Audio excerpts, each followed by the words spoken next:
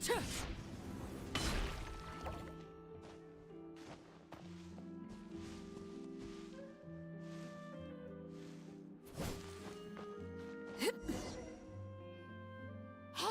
there's a newsstand over there! Wanna grab a copy of the Steambird? We know our Fontanian friends love a little drama. There's no way they let their readers down. Isn't that Charlotte? And standing next to her, surely that can't be Kinich? How about... Lost treasure resurfaces at last. Behold the beauty of the Remurian teacup.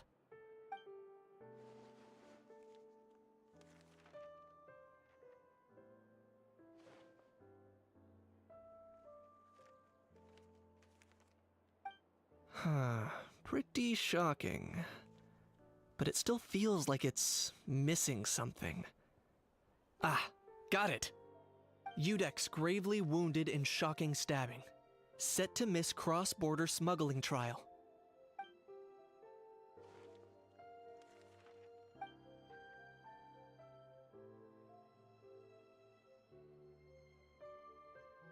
Huh? What? Did Paimon hear that right? Neuvillette was stabbed and gravely wounded? No, surely that can't be right. Can it?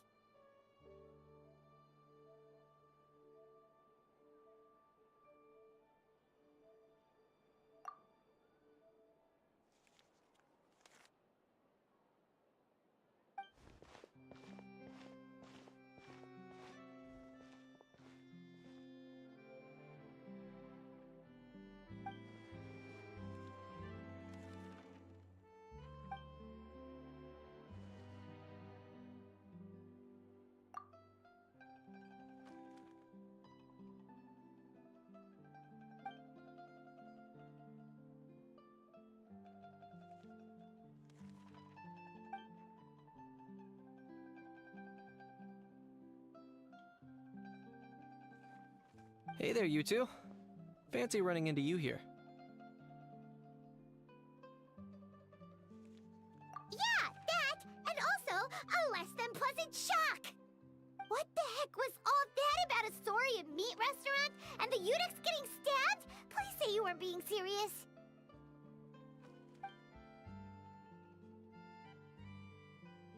Trading tabloid headlines?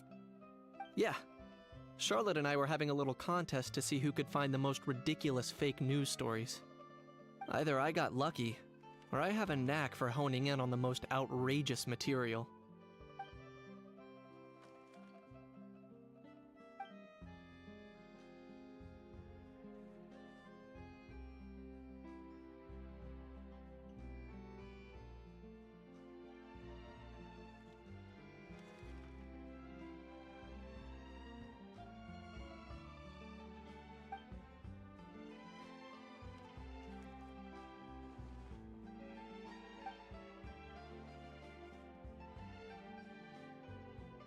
If I had to quantify it, I'd say about 1% of what they write is the truth. Huh? Him? Lenient? Oh, you gotta be kidding! Ah! Don't get me wrong. I'm not trying to give credit to these so-called news stories for occasionally including a grain of truth. All I'm saying is, even the wildest leaps of the human imagination are always rooted in reality. You mean all those fake headlines you mentioned actually do have some basis in fact? Sure they do. For instance, there was in fact a smuggling trial recently. Considering the amount of speculation surrounding the smuggled goods, it's no wonder there are rumors about restaurants serving saurian meat or teacups being unearthed from ancient ruins. But in reality, the goods in question were simply a few ancient relics dug up from ruins in Natlan. Rest assured, no saurians were harmed in the process.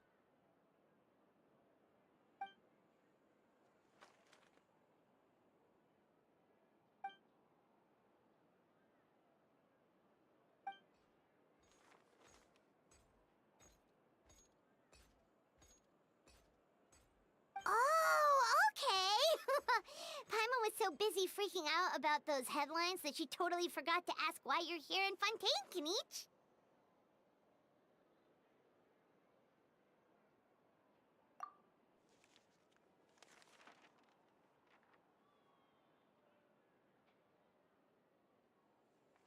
It was a pretty open and shut case, and my testimony in court was clear enough.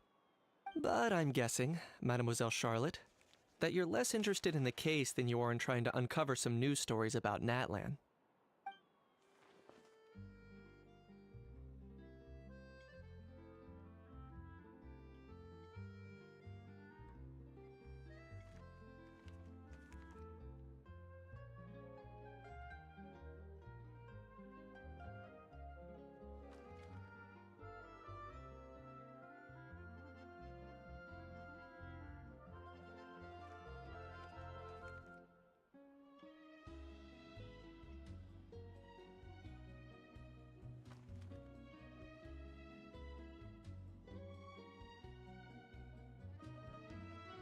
I appreciate your kind invitation, but like I said, storytelling isn't really my forte.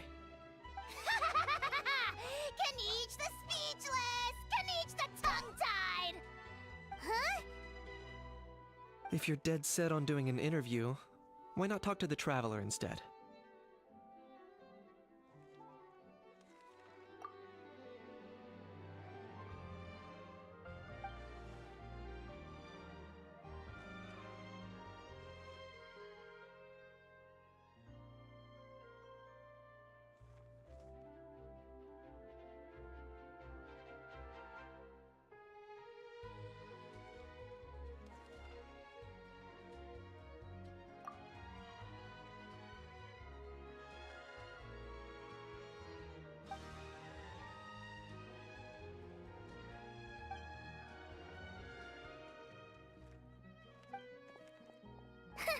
Charlotte never stops, does she?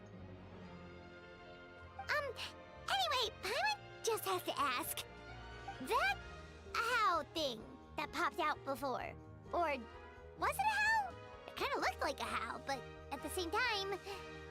Oh, that thing. Yeah, that was a howl. Huh? What's up with him? Like, he's still noisy, but he's way quieter than before. It's like he's trying to hide or something. Could be.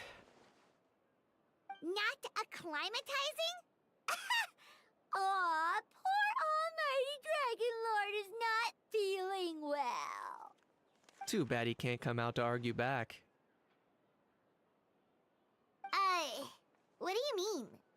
There's nothing physically wrong with him. It actually has to do with a strange law we learned about after arriving in Fontaine. Apparently, it's forbidden to release flying objects within Fontaine city limits during the first 3 days of each month.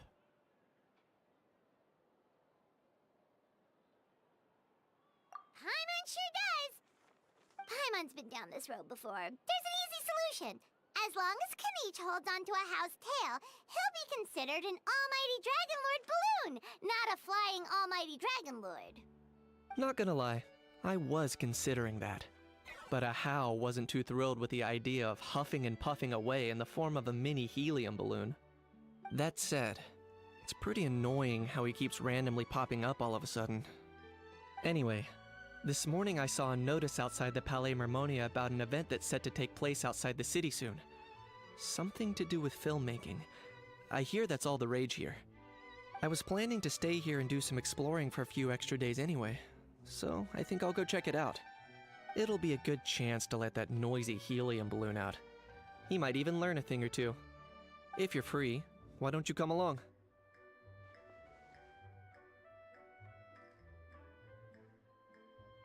I know where it is, so let me lead the way.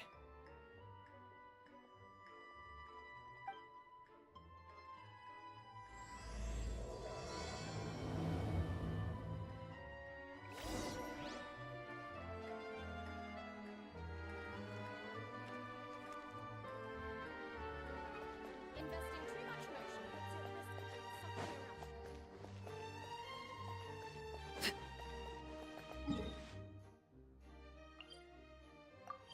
hitting something around.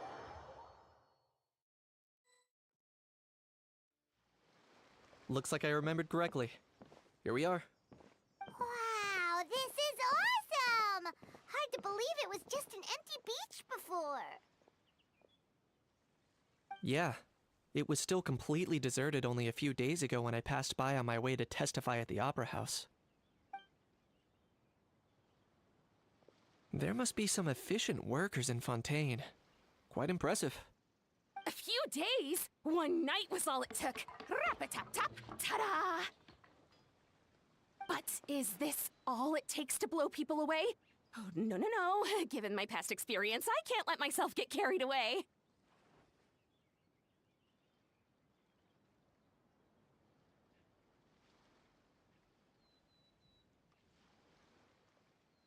Well, I can't believe you actually remember me. It's me, Lepine Pauline. That's right, the unlucky one.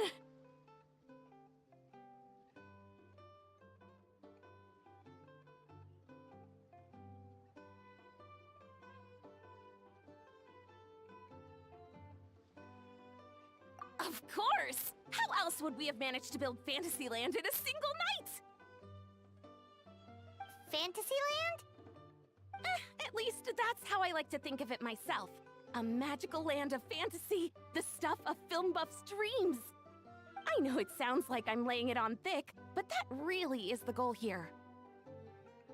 As you can see, the theme of this amusement park is Fontainian filmmaking, a place for all film lovers to come together and co-construct a world of dreams. Co-construct? Well, that's a relief. Sounds like you're sharing the cost this time rather than pouring your entire life savings into a single project. Nope! I might be inviting others to help fund this, but that doesn't mean I haven't thrown all of my life savings into it too! Huh? You've got to be kidding. Ha! Look at you, puny little humans. Recklessly betting your entire future against some stupid vanity project.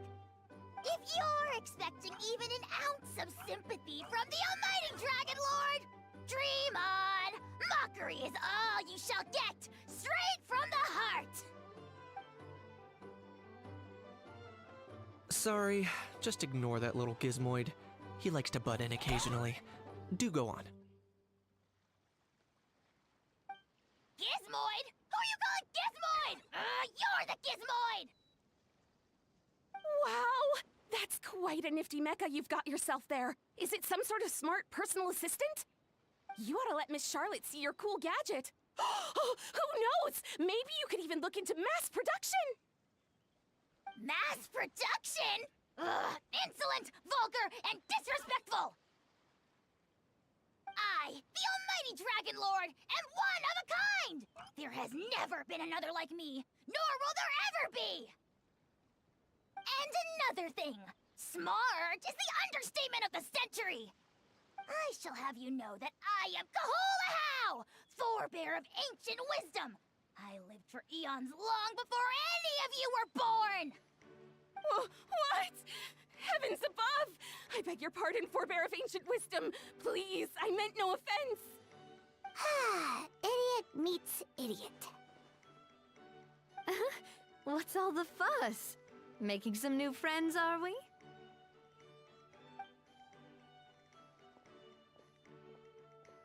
Miss Navia! Allow me to introduce the star behind all the work that's gone into this venue. Miss Navia, president of Fontaine Spina di Rosula. Hello, everyone. Partner, Paimon, how have you been lately?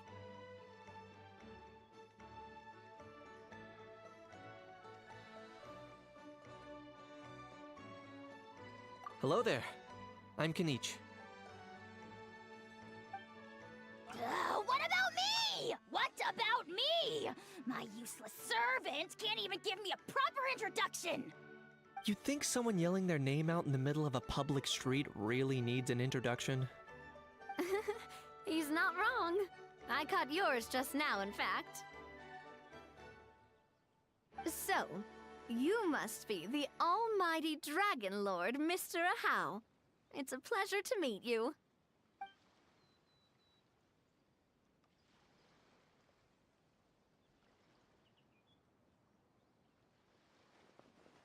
Oh, see that? That's what I call proper manners. Well, well, it's not every day you meet a well-mannered human. Navia, was it? Excellent. You may address the almighty Dragon Lord by his name. Navia, don't you think the title Almighty Dragon Lord is a bit silly? It's no big deal. All little animals do that, don't they? I mean, try to puff themselves up to look more impressive.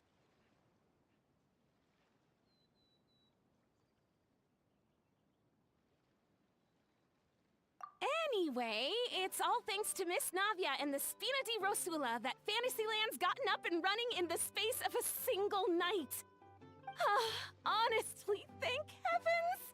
After all that paperwork and endless waiting, the event and venue finally got the green light. I couldn't wait a moment longer. The second the approval came through, I reached out to President Navia, hoping she could lend a hand. After all, who else but the Spina di Rosula would indulge such impulsive demands?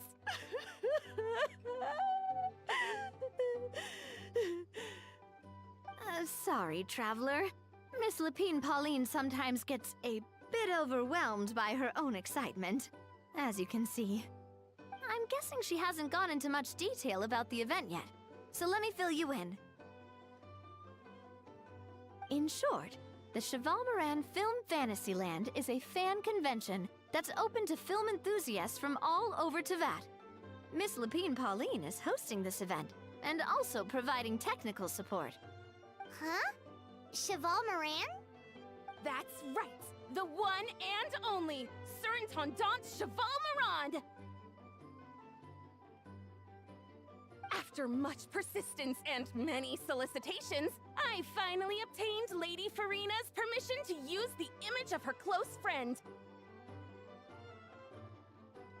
Not only is our adorable mascot drawing in fans by the minute, but she's also boosting her own popularity. And that was always the goal! A win-win arrangement. It's been a while since we last met, but still, it's a surprise to hear Lapine Pauline coming out with such sensible ideas. By the way, Miss Lapine Pauline, have you decided to switch careers and go into film tech? Not exactly. By chance, one of the prototype lenses I developed caught a photographer's eye, and it's now being used for the latest cinematic productions. Thanks to this unexpected opportunity, I've had the chance to invent various film-related equipment and props. That's right. So don't underestimate Miss Lapine Pauline, our resident engineer. She's the technical powerhouse at the core of this entire event. As for the Spina di Rosula, we're mainly here to take care of planning, operations, and management. For anyone feeling inspired to set up a booth, Miss Lapine Pauline and I will provide the necessary technical and operational support once their application has been approved. By the way, Traveler, are you at all interested in taking part? It would be a chance for you to earn some extra income. Plus, with your skills, I'm sure you could bring something special to the table.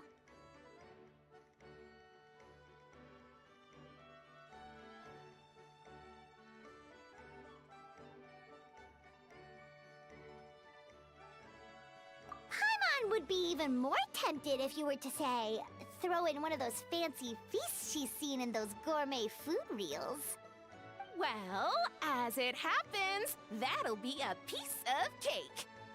Everyone needs to eat, whether they be tourists or the stall owners themselves. So thanks to Miss Navia's help, we've managed to invite none other than the celebrity chef, Miss Escoffier, to run our theme restaurant. Look over there!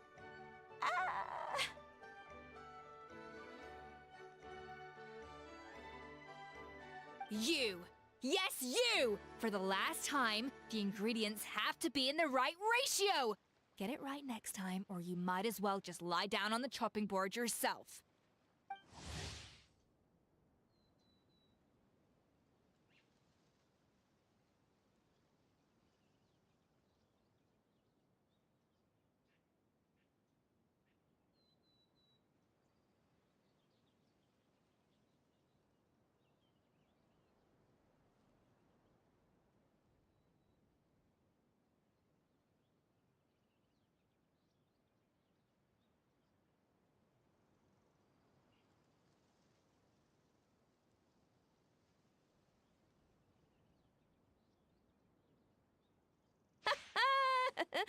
She seems a bit busy right now. Well, I'm sold. I think I'll make a How go be her assistant. You little... What's your game here? Demoiselle, sorry to bother you, but there's an issue over here that requires your personal attention. Ah, apologies. Looks like it's back to work with me. Please feel free to take a gander at what we've got. Anyway, if you're interested in taking part, come find me later.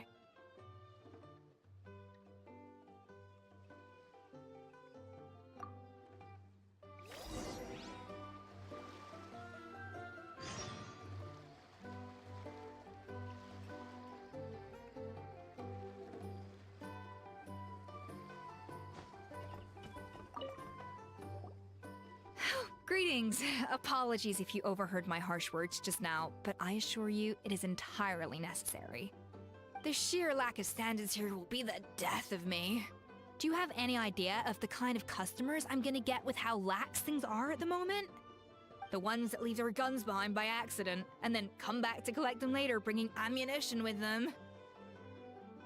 Yeah, that's the kind of customer you wouldn't forget in a hurry. Oh. Wait, has that happened before? No, it's just the mention of guns reminded me. Someone did actually leave their gun nearby. Huh? Just before we started setting up, as we were cleaning up the site, someone stumbled upon a mysterious locked box. It didn't look like something from Fontaine, though. It had more of a Natlanese vibe. Oh? Do you think a foreign tourist might have left it behind? That's what I assumed at first. But the box was buried beneath a pile of wooden planks, rocks, and whatnot, so it seemed like someone deliberately hid it there. But I didn't see much point in speculating, so the best thing I could think of was to hand it over to the authorities. I trekked all the way over to the Palais Mermonia just to hand it in. Ugh, it was exhausting. What did the authorities make of it? Oh, they made a mountain out of a molehill, as usual. Before even addressing the question of what was actually inside the box, they had several heated discussions about whose responsibility it was to write the lost and found notice. Thankfully, the ever-reliable Officer Sedine stepped up and immediately called in the Marechaussee Phantom to crack the lock and check if there were any dangerous items inside.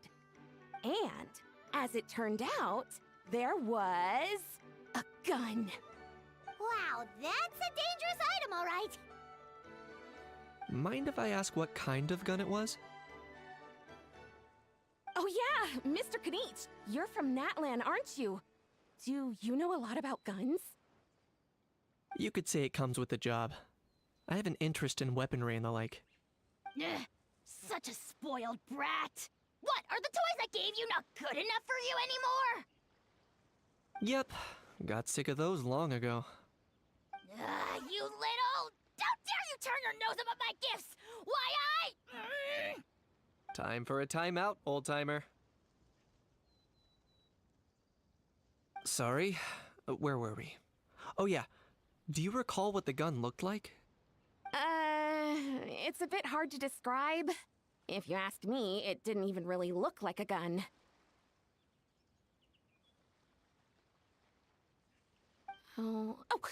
Give me a second. I'll knock out a quick sketch.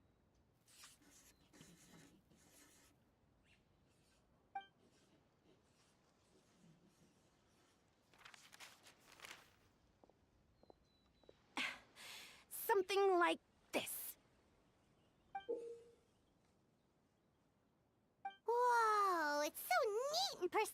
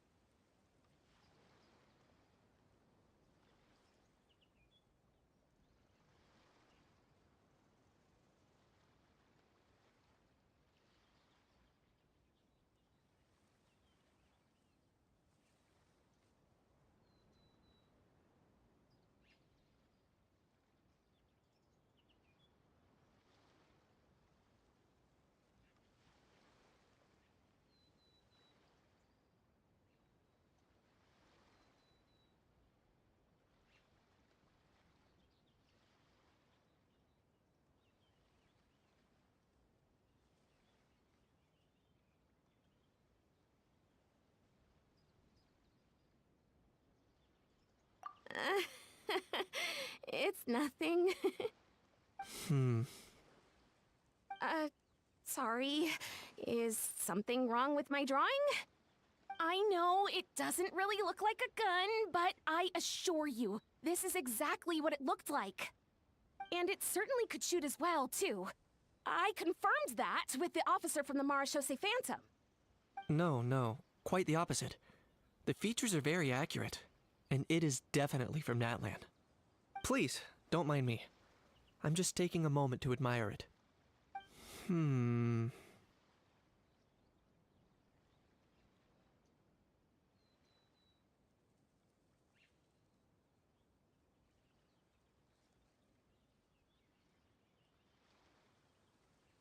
I should be the one thanking you. Thank you, and everyone else for your support. Don't mention it. Besides, we haven't really done anything. Not at all! The buzz and excitement you guys bring is exactly what this event needs! Oh dear, I'm starting to feel a bit guilty watching everyone else toil away. Guess it's about time I got back to work too. But just before I go, one last thing. Traveler, it's wonderful to see you. Here's to a successful collaboration!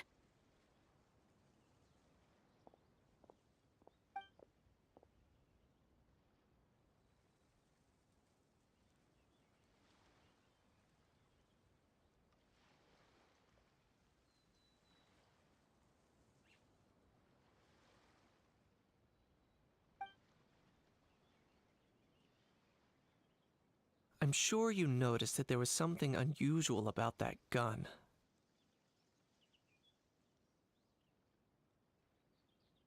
Correct. It's most likely an old weapon dug up from some ancient dragon ruins. Based on my experience, it might be more accurate to refer to it as a hand cannon, but in Fontaine terms, it's not wrong to call it a gun. Given why I came here, don't you think it's curious that an ancient dragon relic of unknown origin would turn up like this, out of the blue? I suspect this gun might have something to do with that smuggling case. It might have slipped through the cracks. Time is of the essence, so I'd like to head over to the Palais Mermonia to verify my suspicions.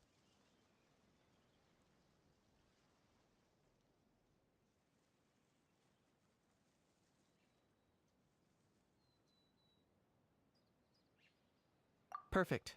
Then we can head out right away. Or, if you want to catch up with your friends first, I can wait.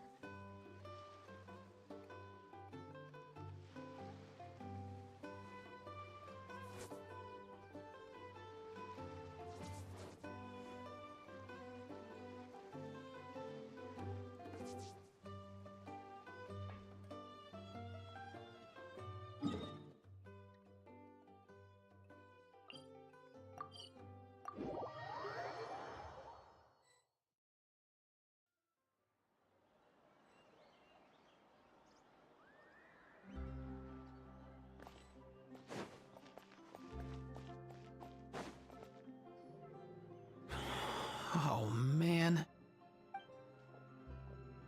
Bro! Are you mimicking me? Now's not the time. Come on. No, I mean, one of our buddies is here, for real. Quite a few of them, actually. Aurora and Aoife, what brings you to Fontaine? Huh? How come you're... Ah, I'm guessing Kanich is here because of that international smuggling case, right? I've heard quite a bit about that. Word sure gets around quickly, huh? First time abroad and you're already making headlines. Oh, stop it. It's not like I was the center of attention. Wasn't expecting to see the Traveler and Paimon here too, though. Come on, Aoife. Huh? A traveler, by definition, is someone who travels around. Fair point. Anyway, back on topic. Wait a second. I lost my train of thought. What were we talking about again? Why, you're all here, of course. For vegetables. Kakuku. Huh? I'll go first. It's for the Chevrolamine Film Fantasyland. Wait, is that right? It's Cheval Moran. Ah, right. I keep stumbling over that one. Guess I owe Cheval Moran an apology, even if she's not here. Anyway, long story short, the festival restaurant urgently needed fresh vegetables from Natlan, which is why Aoife and I are here. So, you guys are vegetable couriers? He is. I'm just here as a responsible adult. It's his first time traveling so far away from home, and all the elders in his tribe were worried. So they had me come along. Even though it's your first time too. Right, but they still picked me to accompany you. You gotta wonder why that might be. Don't you get it? They all just saw how overworked you were, so they used it as an excuse to send you off on a vacation. Wait, what? So I'm getting the grandson treatment now too? See? Doesn't matter how much older you are than this dude. Hang out with him long enough, and you'll eventually find yourself being treated like a kid. Meaning everyone looks after you. What's so bad about that? In theory, nothing at all. In that case, guess I better start over. Hi guys, my name's Aoife, and I just turned 5.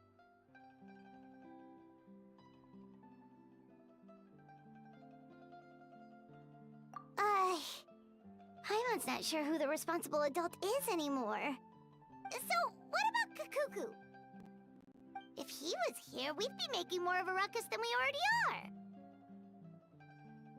are. That's exactly what's got me worried. Aoife, there's nothing to worry about. You're a big boy. You can handle yourself now even without Kakuku. You think that's what I'm worried about? Anyway, my priority right now is Kakuku. Suffice it to say, Kakuku's in big doo-doo. How so? He's so small, and all he knows are a few harmless phrases. What kind of trouble could he even get himself into? Let me guess. Did he get caught out by the law on flying objects? Bro, you too? Not me. How? Oh, that pesky little chatterbox. So that's why he hasn't interrupted us this whole time. Guess he's too scared to show his face. That, plus he's already spouted enough nonsense for one day. So I've put him on mute until tomorrow. Nice one. If I was even half as decisive as you are, I would have kept a closer hold on Kakuku so he didn't get a chance to go flying off.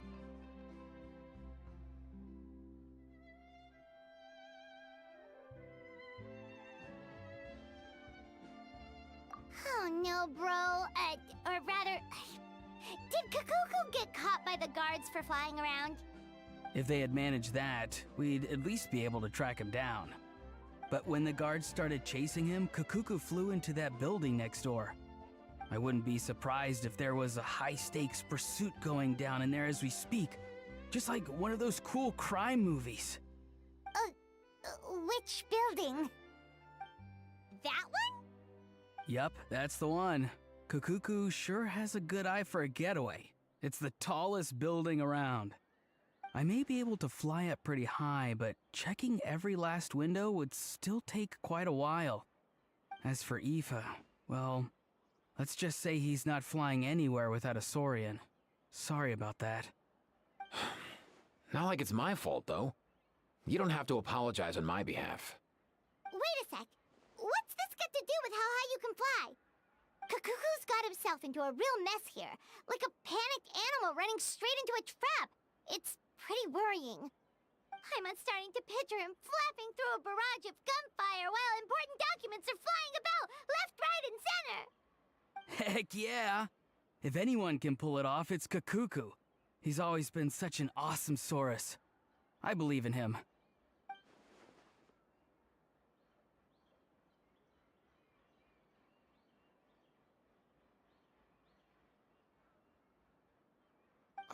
For real now?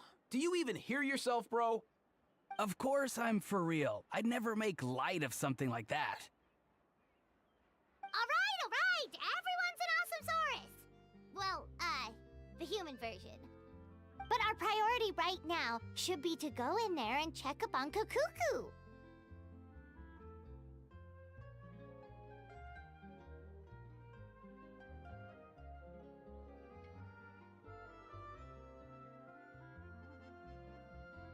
Leave it to us. You sure? Wow, awesome. That'll be a huge help. And if Kukuku doesn't listen to you, I give you permission to pull out a couple of his feathers. Wait, since when was that up to you? Well, then it's your call, bro. All right then, if Kukuku doesn't listen to you, I also give you permission to pull out a couple of his feathers. There you go. If he objects to that, tell him to come find us. He won't. Trust me.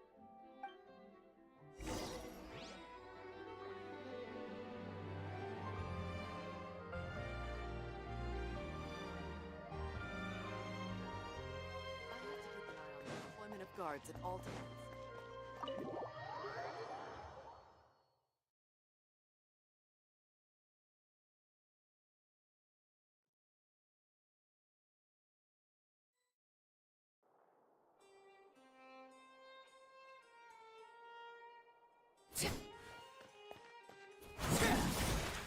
Nothing new there? What's up?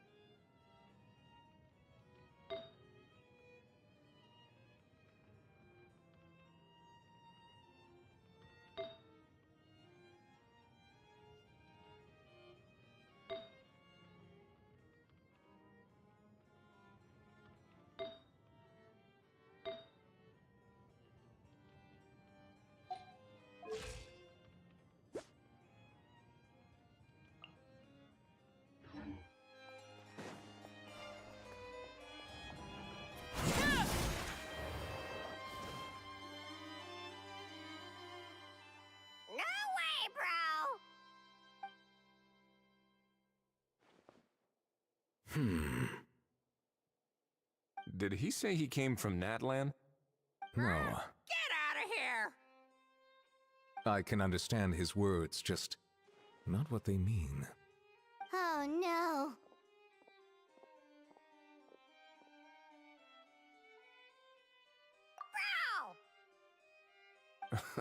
He keeps repeating the same things over and over again. Oh, you know one another.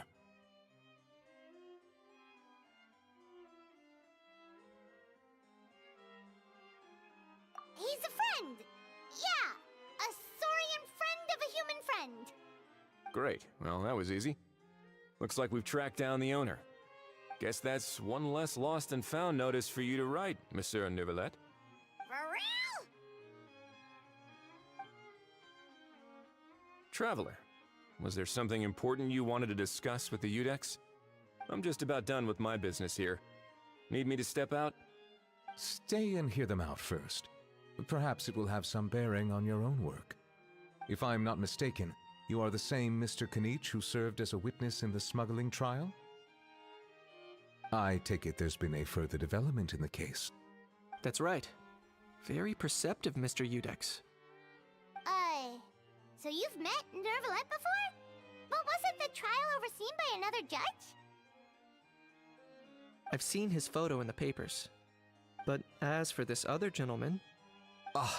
Allow me to introduce you to Mr. Risley, administrator of the Fortress of Meripede.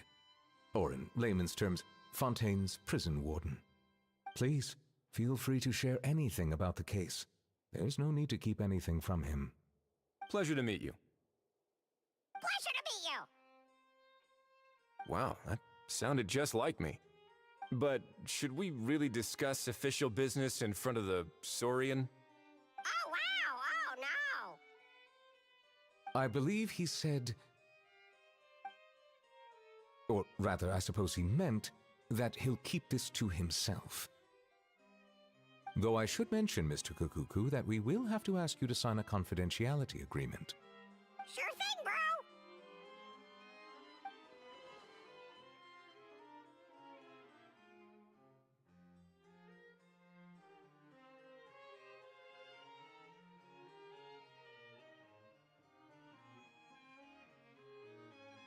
Let us return to the matter at hand. Mr. Kanich, was there something else you wanted to discuss relating to the case? Yes.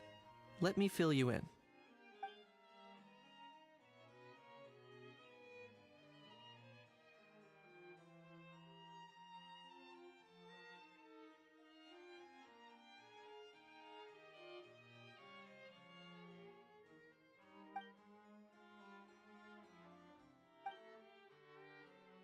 Wow! It really is exactly like Lapine Pauline's sketch! That must be all that practice drawing engineering blueprints, huh? So if it's true that this weapon came into Fontaine alongside the contraband from the smuggling case, then there's a high chance we overlooked a suspect. That's exactly my line of thought. I see. Mr. Kanich, thank you for reporting this promptly. I'll arrange for the Marechaussee Phantom to investigate right away. We should begin by questioning the prisoners in custody. Wrightsley. I'll sign off on the interrogation request, don't you worry. That would be much appreciated. It's lucky that the Palais Mermonia wasn't scheduled to release any public bulletins today, and that this guns lost and found notice hasn't been written up yet. In other words, the news hasn't leaked. I'll be staying in Fontaine for the time being.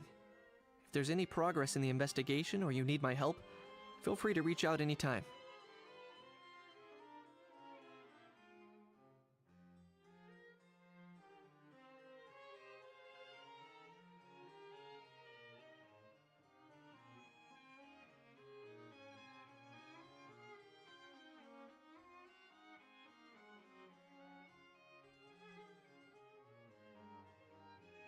Yep, we were just about to go help out with Lapine Pauline's convention. If there's any news, we'll keep you all posted. Marvelous. Thank you all. Well then, all that's left is to...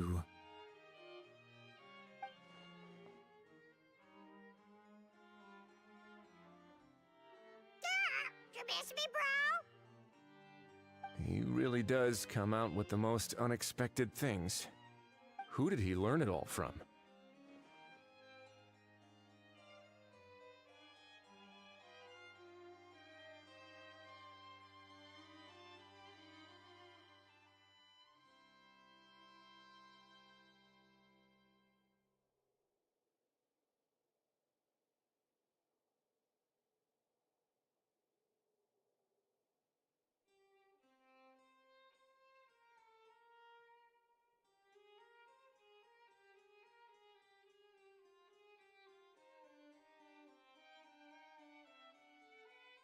Huh.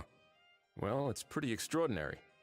Anyway, according to due process, we must first determine whether Mr. Kukuku qualifies as a flying object.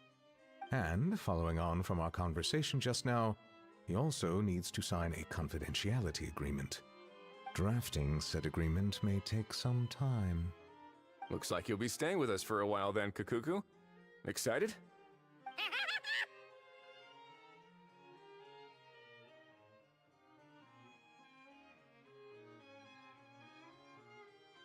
That would save us a lot of trouble. Many thanks.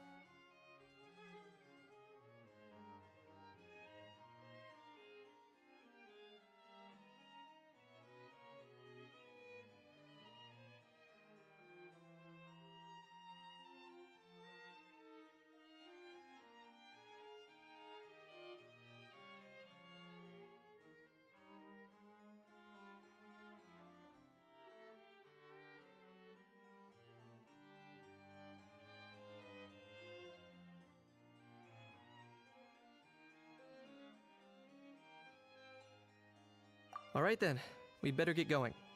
No need to see us off.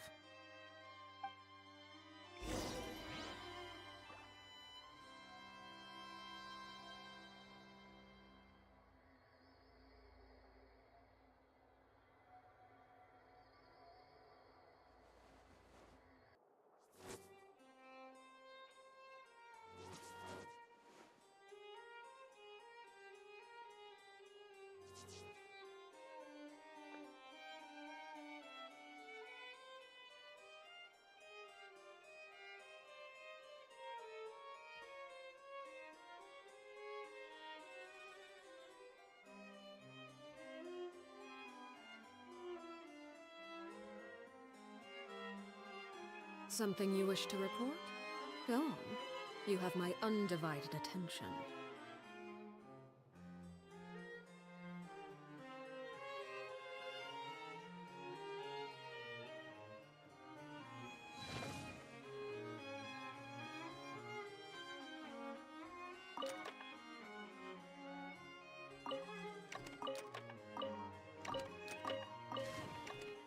I know you mentioned a while back that people from Nadland would soon start showing up all over the world. But I hadn't expected anything like this. It seems no matter where they come from, all dragons are inquisitive by nature. You can say that again, bro! The same might well be said for humankind. The real reason you chose to stay to investigate this case was your curiosity about Natlan and Mr. Kukuku, was it not? Guilty as charged. Nothing gets past you. So, how about we take this opportunity to chat a little more? We've got the world's best translator on hand, after all. Sure thing, bro!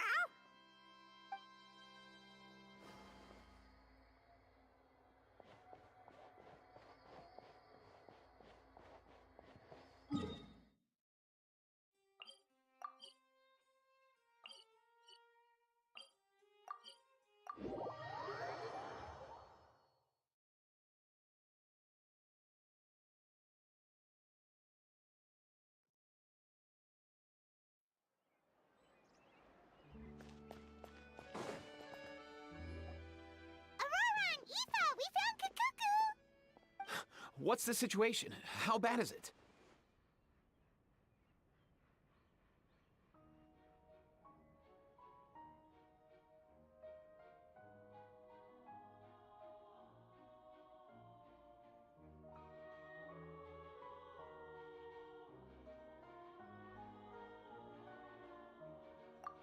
Oh no. When I saw that Kukuku wasn't with you, I'd already prepared myself for the worst. Relax, Aoife. Maybe Kukuku just prefers high-rise living now. Sometimes you just have to let the kids grow up and make their own choices in life. For real now? Do you even hear yourself, bro? It's not that bad.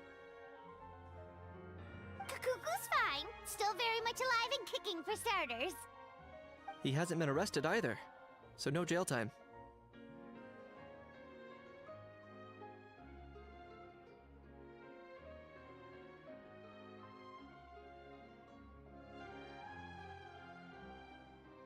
See? You're not exactly reassuring me here. As for the bad news, well, it's really not that bad. Kukuku accidentally overheard some top secret stuff, so he has to stay at the Palais Mermonia for a while to sign a confidentiality agreement. But there's no need to worry. The person in charge of looking after Kukuku is super nice, so he'll be absolutely fine.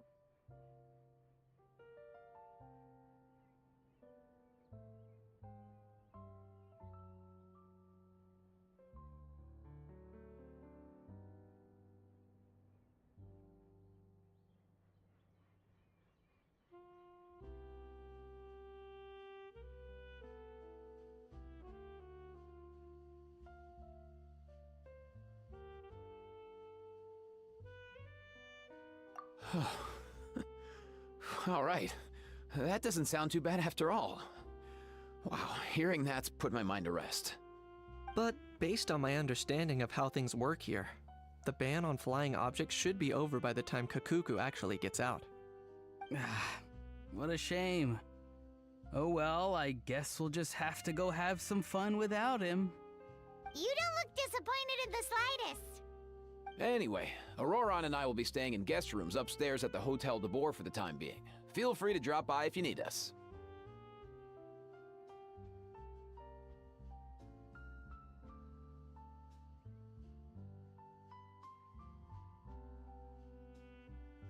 Yay! Problem solved! Alright, let's catch up another day.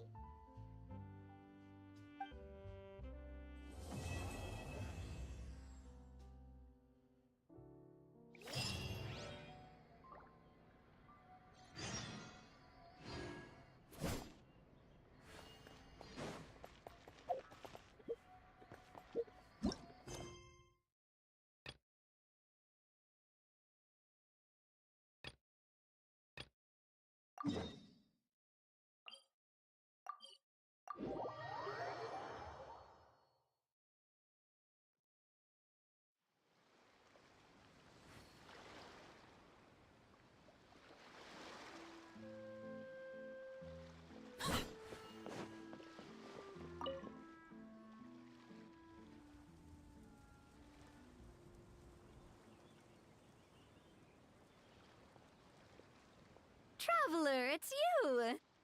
Ready to join the Cheval Moran Film Fantasyland crew?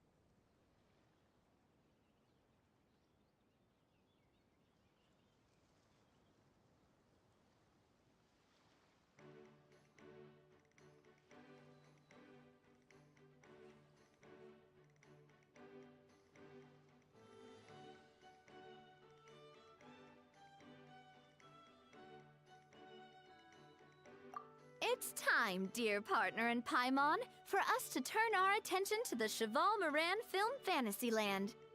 As I mentioned, the park was started up by enthusiasts who brought in the Spina di Rosula to handle the planning, construction, and operations.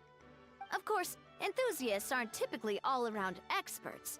They usually stick to designing the event booths. We, for our part, handle long-term operations and develop standardized strategy guides for the different activities. Long-term operations? Strategy? It all sounds so complicated. We spend most of our time adventuring, and we barely have any experience running a stall. Do you think we can handle this?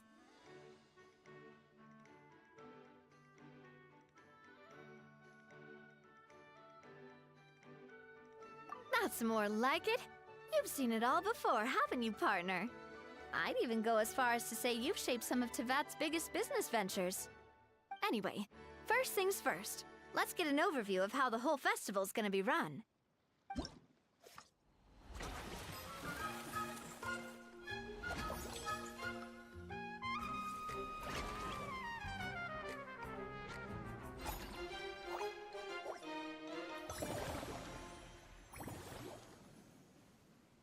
As you can see, our Fantasyland's a bit like a sugar-free macaron right now. Several areas are still under construction.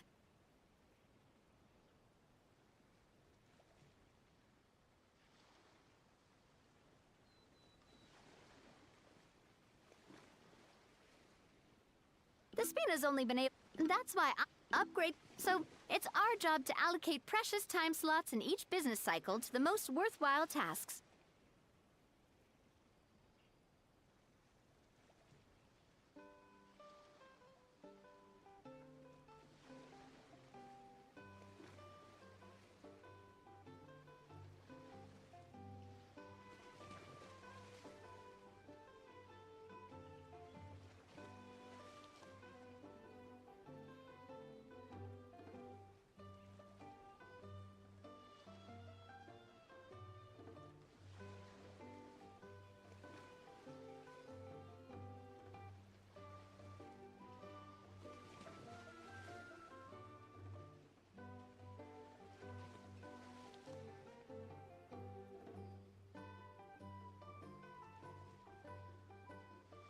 as we attract more, which will allow us to divide each cycle into finer time slots. So we'll be limited in the decisions we can make and tasks we can focus on within each time period. Which means kinda like... Paimon thinks she just about gets it. How do you feel about it, Traveler?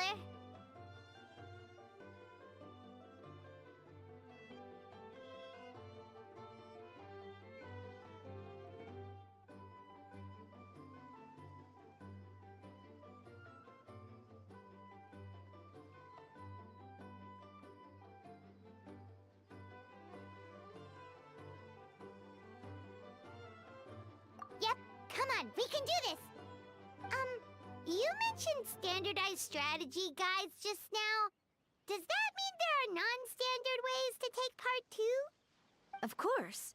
Film and entertainment mean different things to different people. And there's gonna be a wide range of exciting activities for people to try out.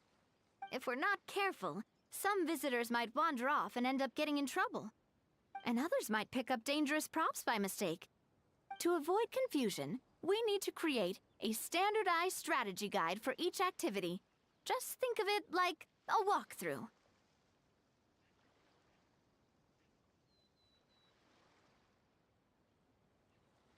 Wow, if we're the first ones to test out the activities, who knows what surprises there could be waiting for us?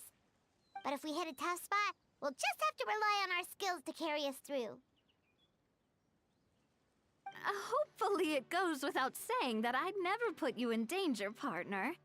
I carefully checked all the existing activities before you arrived, and I can assure you that they're all perfectly safe. I also wanted you to experience the activities before anyone else gets to. It'll be fun. Plus, we'd like to hear your thoughts and suggestions. Oh, those are two things Navia is best at! Making people feel safe and having fun! Great! Well, I can't wait to hear what you think. Your input is super important to us. All right then, let's start with Eclectic Escapades and put our first guide together.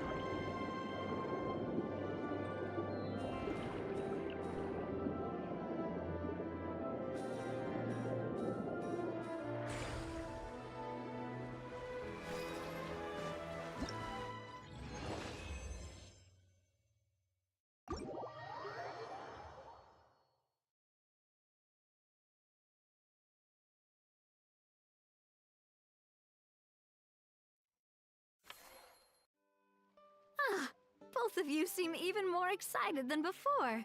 Looks like your first trial run didn't disappoint.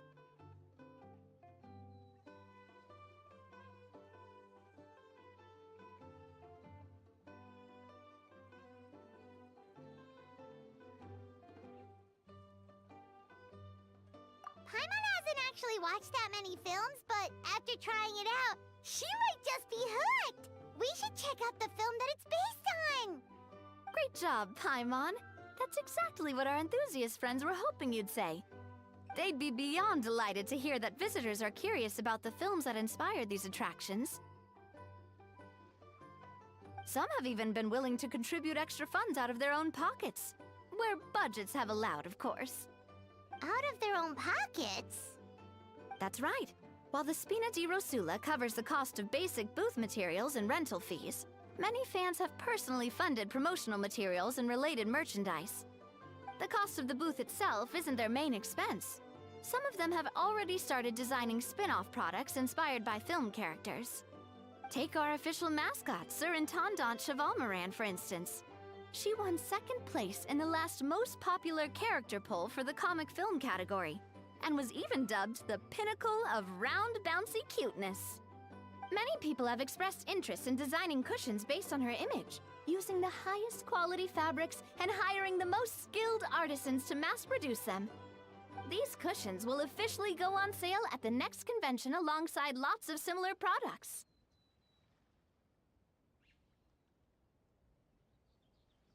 Sounds irresistible, right? Plus, as Surintendant Chevalmoran's guardian and official image rights agent, Farina will receive 60% of the sales revenue.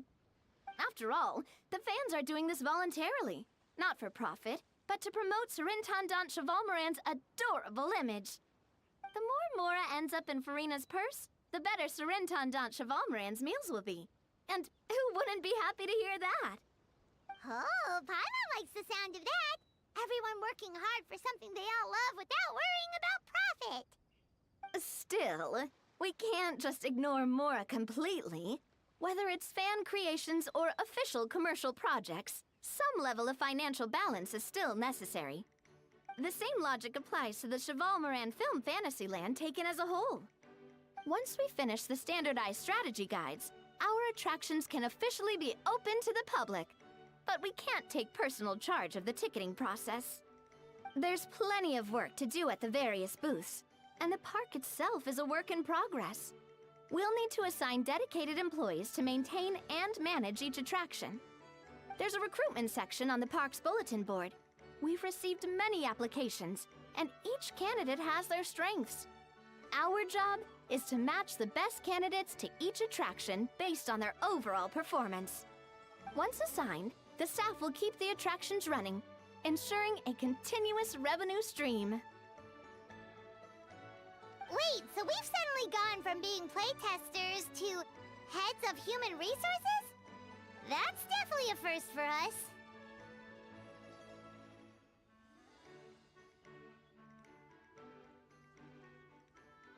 Just don't hold everyone up to your own standards, okay? You can't expect everyone else to be as capable as you. Alright, time to review some resumes. Fingers crossed we'll get some exceptional candidates.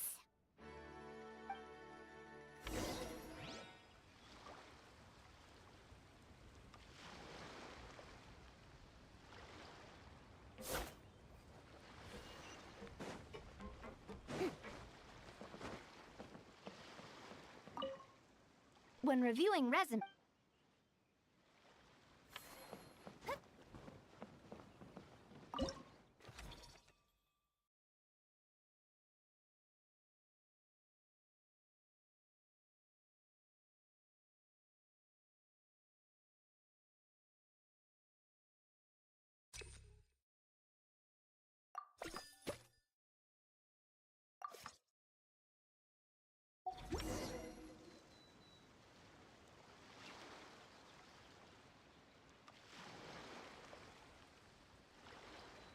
Looks like this particular employee is really getting into their role.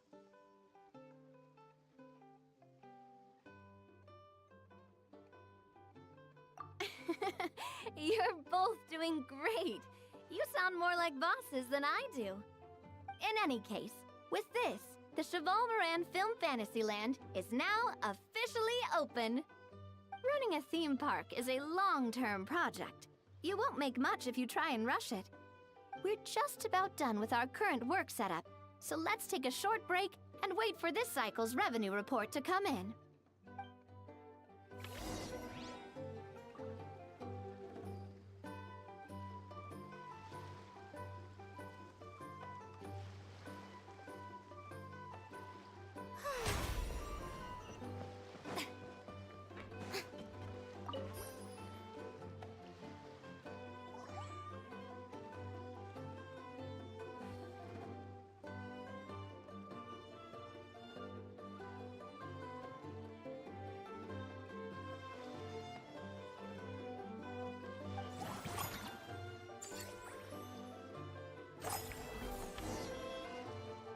Well, the numbers might not look that impressive, but given that we're just getting the ball rolling, I'd say that wasn't a bad start. Building on this momentum, we must consider rolling out more unique business strategies during the next cycle. To draw in the crowds, I've invited one of Fontaine's very own celebrity chefs, my good friend Escoffier. She'll be performing right here in the amusement park's restaurant. On that note, let's go catch up with her. So, is the restaurant part of our business strategy too? There are so many layers to this operation.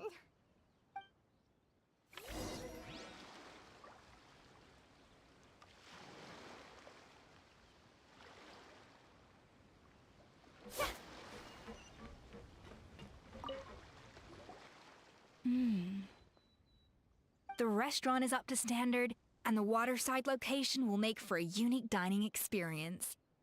The beautiful scenic reflections in the water create a stunning backdrop, lifting diners' spirits and allowing them to truly savor their meals.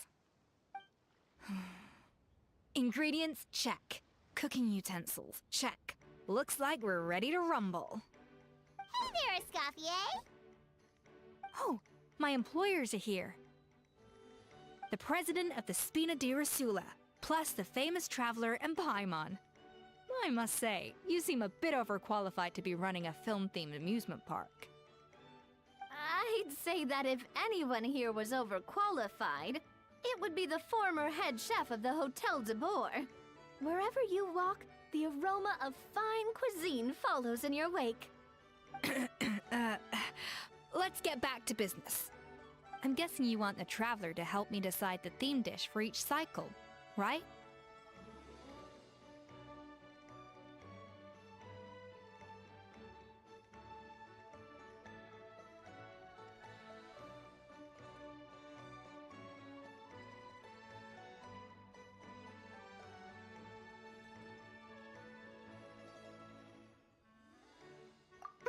This is the business strategy I mentioned earlier.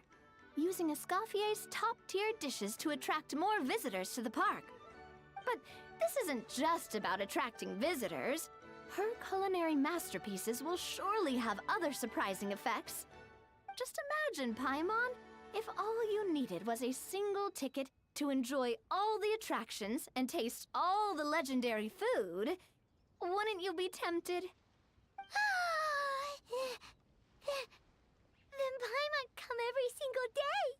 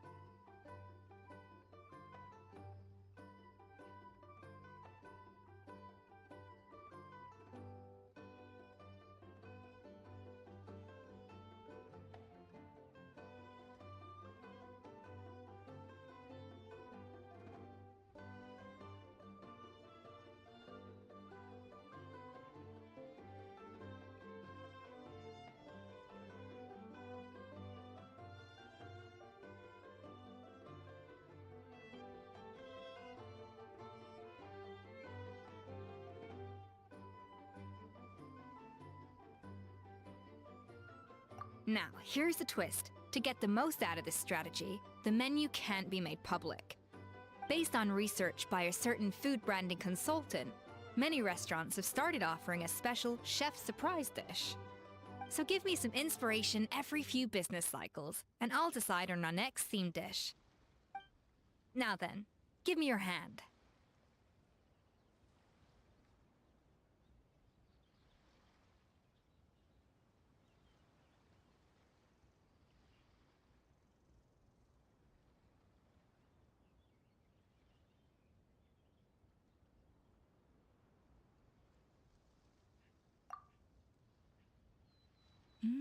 A warm and energetic feel.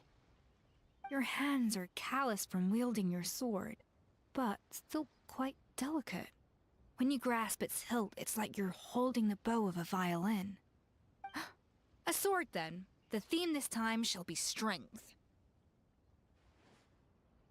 All right, let's find out what strength looks like in gastronomical form.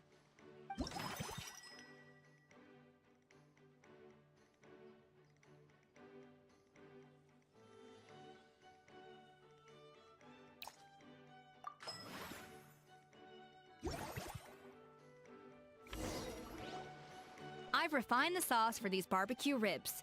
It's a richer flavor than the classic version, but not at all greasy.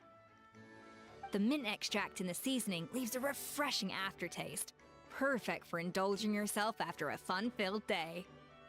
But if you ask me, I'd say the artisans need these more than the guests. The artisans? As I'm sure you've noticed, this park isn't quite finished. A serving of these barbecue ribs should help the artisans replenish their strength much more quickly. As their bosses, you have an obligation to provide meals for them. So why not invite them to dine here? Who knows, the morale boost might even improve their productivity. Oh? If I recall correctly, you once served up some special fish and chips for the porters over at the Fleuve Centre. For several days after, the workers were all incredibly efficient. They'd finish 8 hours of work in just 5. And then, because they clocked out early, they'd come back completely refreshed the next day. Then there's no time to lose. Go invite the artisans over while these ribs are still hot. I'll prepare some side dishes and desserts too. That's a great idea! You really live up to your reputation, Escoffier! Looks like these themed dishes are gonna make a huge difference after all. We'll have to make sure we check in with you regularly. The artisans are pumped and ready to roll thanks to that themed dish. And perfect timing, too. Let's take this chance to take the facilities of our eclectic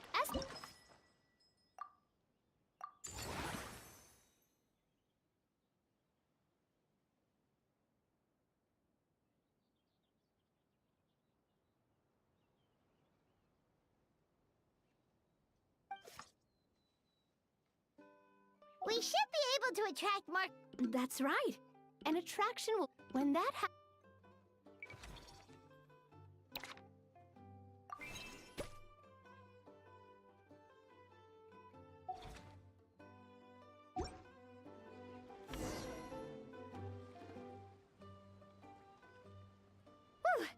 That should be everything. Looks like you've pretty much mastered how to run this park.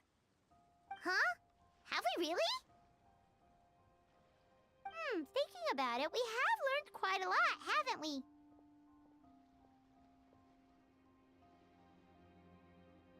Oh, not at all. I wouldn't say I taught you much. Your intuition's been guiding the way, mostly. I imagine long-term operations sounded like a scary prospect the first time I mentioned it, huh? But don't let that scare you. Just break things down into smaller steps and tackle them one at a time. Even if you're not a genius or naturally gifted, you'll get it done in the end. Whoa, seeing your own progress has really got Paimon fired up! Actually, she's gonna jot your words of encouragement right down. From here on out, we'll be running the Cheval Moran Film Fantasyland together. Let's make it a big success!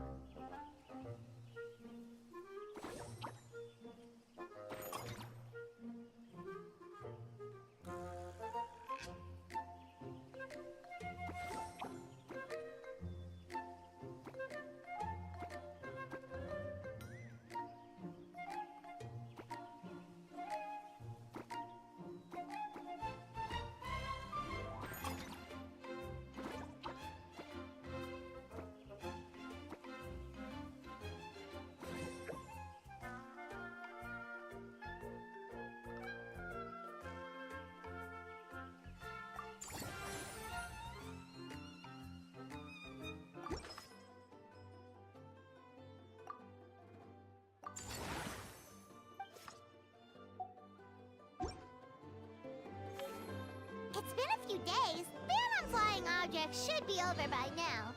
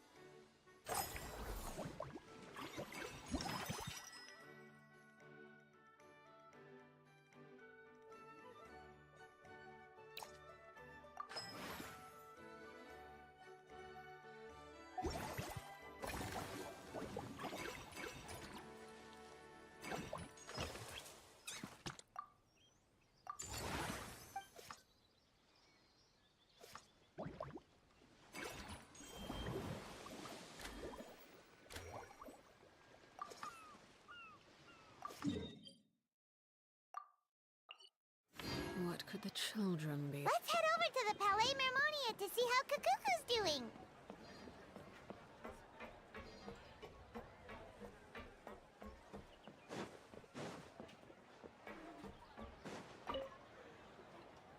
Whoa, is that our hero, the Traveler? And Paimon, too! Oh, I guess I shouldn't be too surprised. Mrs. Coiffier already told me you were the big boss here. But when I saw you just now, I forgot myself for a moment.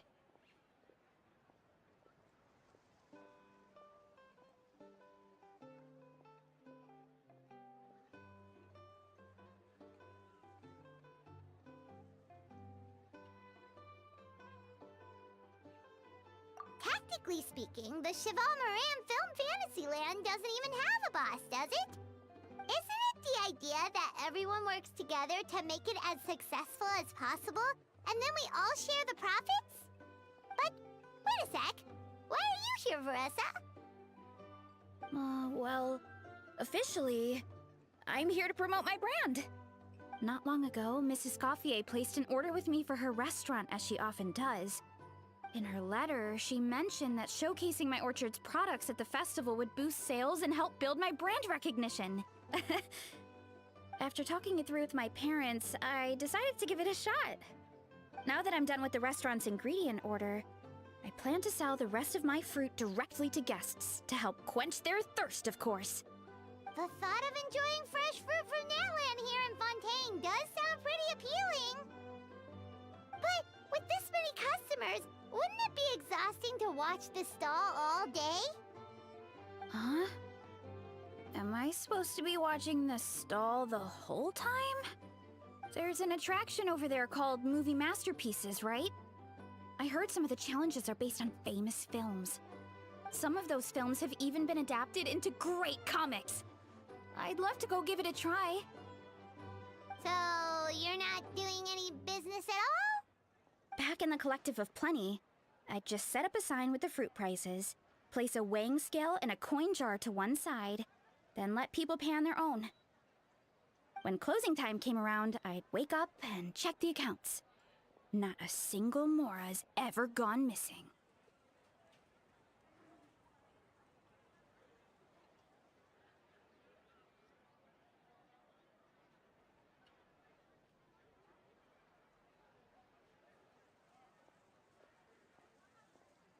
To be fair, that does sound nice. People in the Collective of Plenty are a law-abiding bunch. No one would even think about taking something without paying. Makes sense that tending your stall wouldn't take too much effort.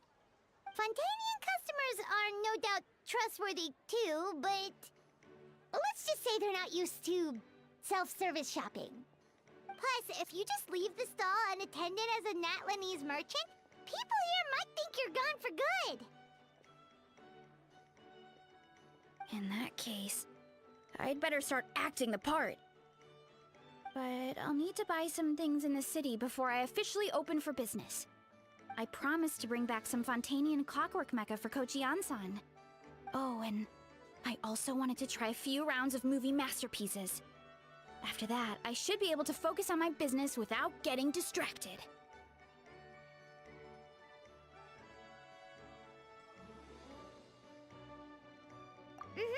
We might not be locals, but we've explored Fontaine quite a bit. We know our way around pretty well. In that case, give me a moment to get some extra fruit, a price list, and my coin jar set up. I get to go shopping with the Traveler! Nice.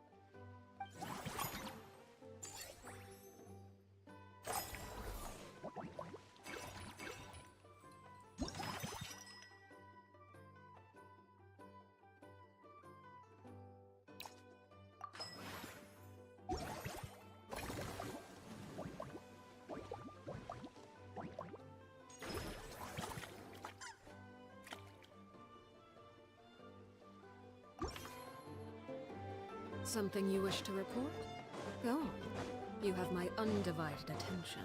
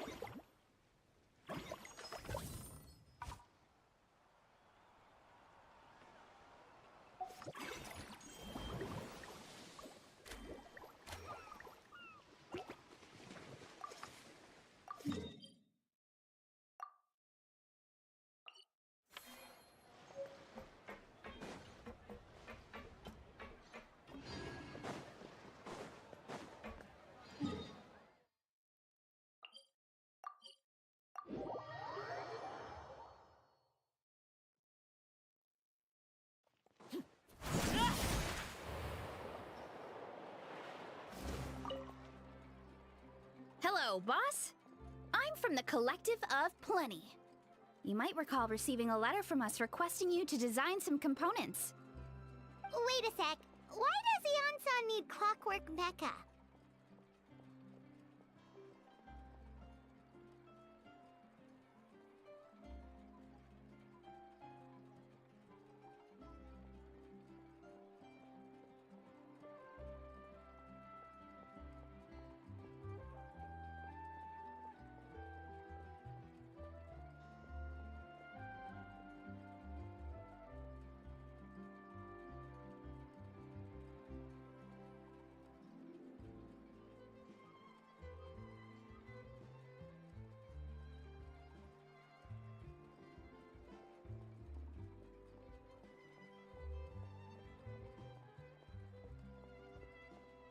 Nothing like that. Our coach just wants to fine-tune her gym equipment so people can target different muscle groups more easily. She mentioned something about a rowing machine to focus on back muscles, as well as a pec deck and a leg press machine. The parts that connect the ropes and weight plates wear out easily, but they need to be strong. So Coach Ian-san thought she'd give Fontanian Clockwork Mecha a try. It all sounds so technical. When did fitness turn into some kind of complex engineering problem? To be honest, I don't really get all the details either. But if it works out, I'll be sure to train according to her revised method. And if it doesn't, we can always stick to the good old methods. If you're interested, I can show you a few beginner exercises the next time you drop by our tribe. You'll be able to smash the records without even breaking a sweat. I know it.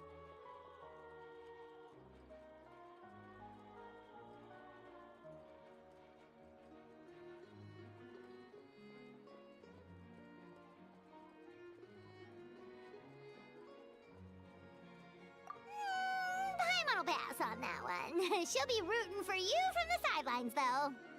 You can always try the equipment we keep for little Saurians, Paimon. As long as you start out with the super lightweights, you'll be fine. Weight training's for everyone, you know. As long as you put in the effort and keep it, anyone can develop rock-solid muscles. No!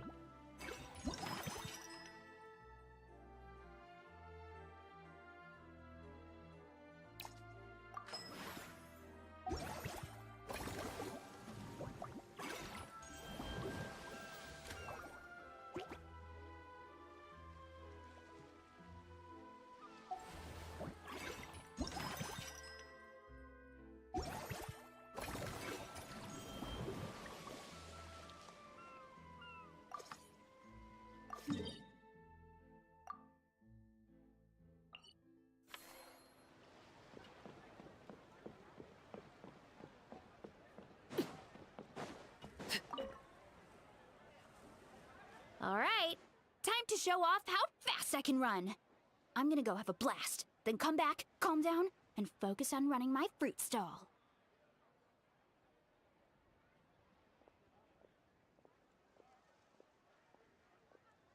That's right. Last thing you'd want is to get too absorbed in having fun, then suddenly realize you're starving because you haven't eaten anything for hours.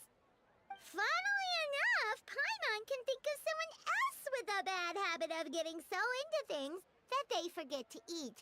No matter how busy you are, nothing's more important than staying well-fed, hydrated, and healthy.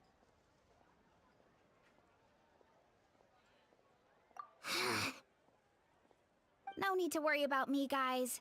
I do a lot of long-distance running, so I always make sure to bring some food and water with me. This time is no exception.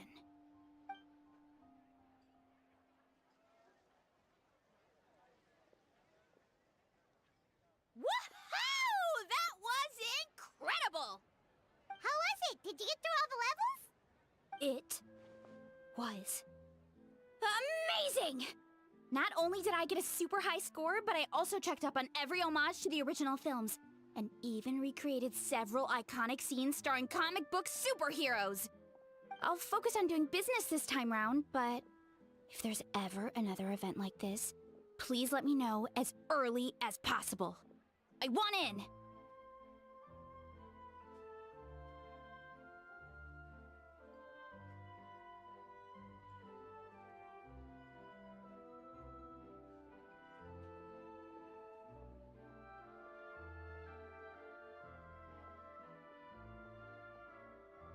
Yep.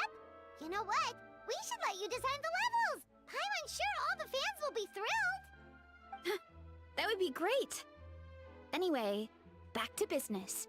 Time to focus on my fruit stall. I'm gonna make a name for my orchard and fontaine.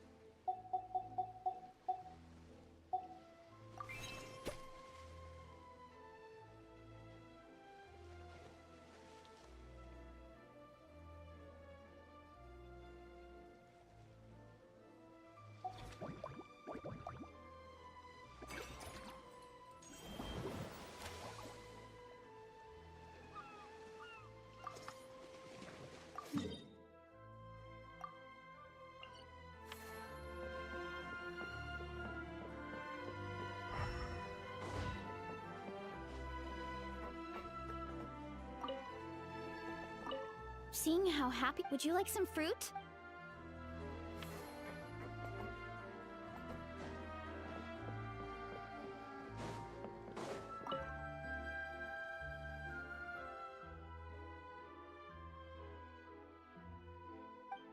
Hey, Siegeween! Welcome to the Cheval Moran Film Fantasyland!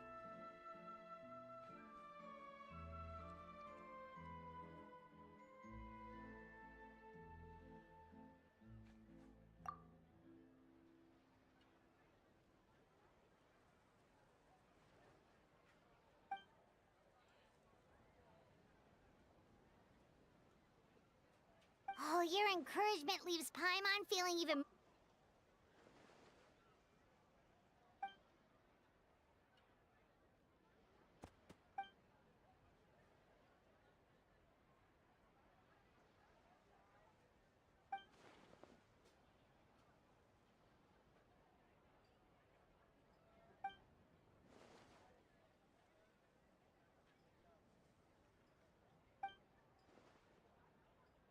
But now they've got films to watch.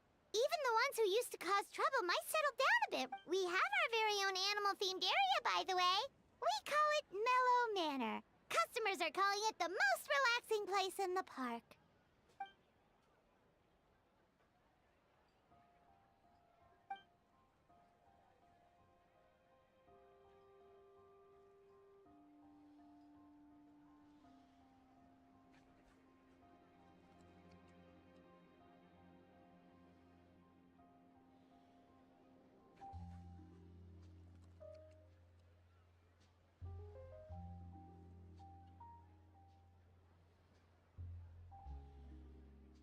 Oh, you mean we could invite Siegeween to be a consultant at Mellow Manor? Now that you mention it, that sounds like a great idea! Siegeween's great at caring for people, and she's so warm and gentle. Looking after animals should be a piece of cake! Yeah, like someone who gives advice and tells the park staff how to do their jobs better. The workload won't be too heavy, but it's important work. Besides, you'll mostly be playing with the animals.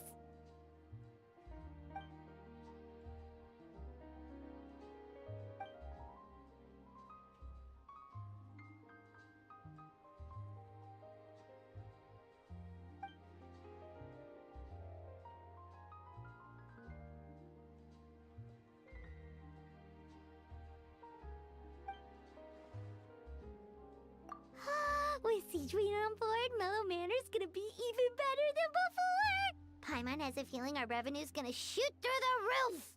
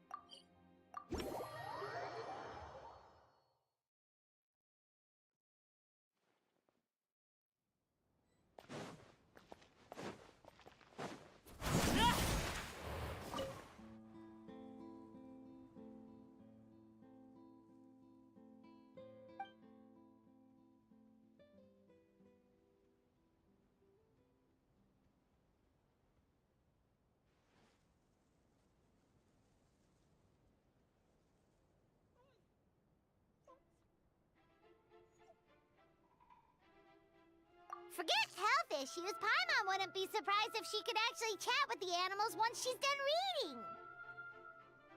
Oh, wait, head nurse, please don't go. Phew, boy, am I glad I caught up with you.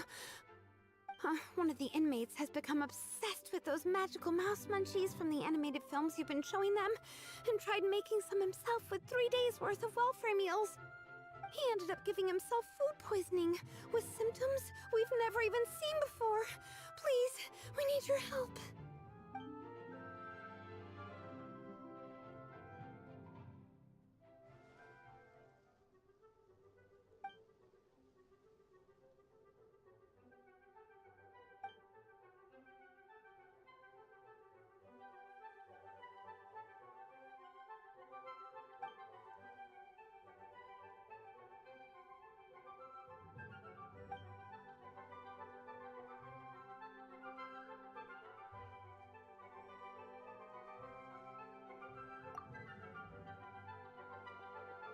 Sejuani sure has it tough.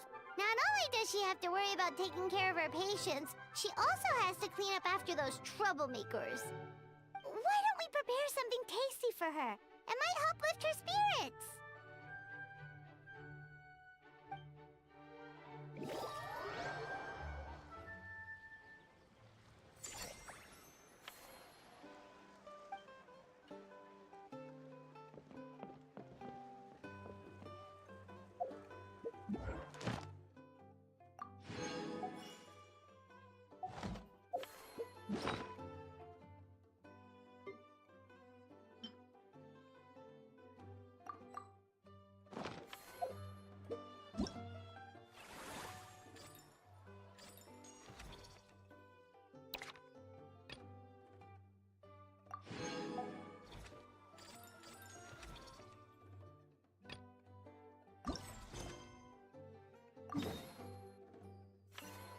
Staring into my eyes is ill-advised.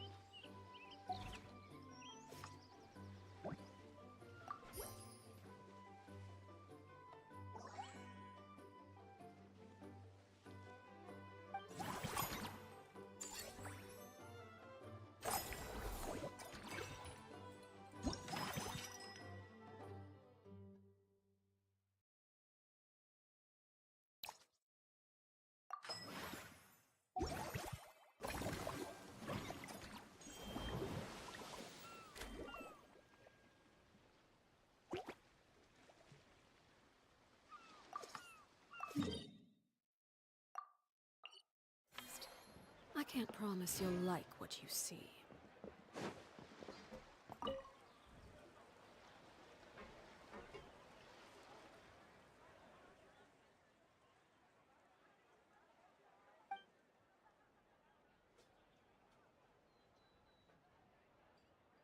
And here's a special snack, too! Hope it gets your strength back up.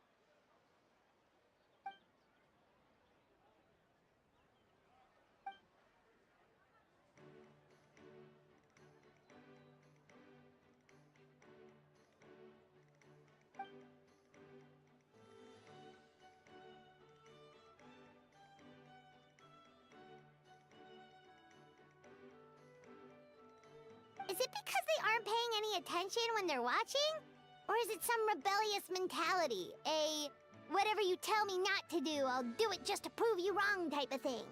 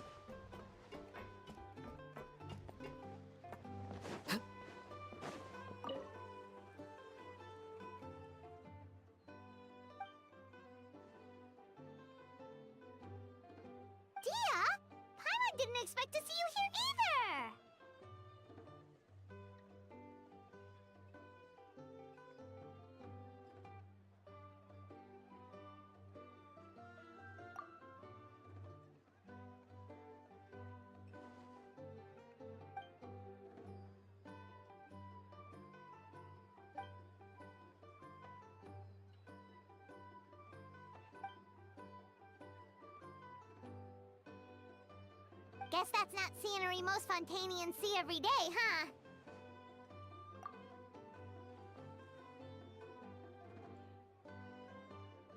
Wait, aren't fight scenes supposed to be as realistic as possible? Surely the more punches that land, the better.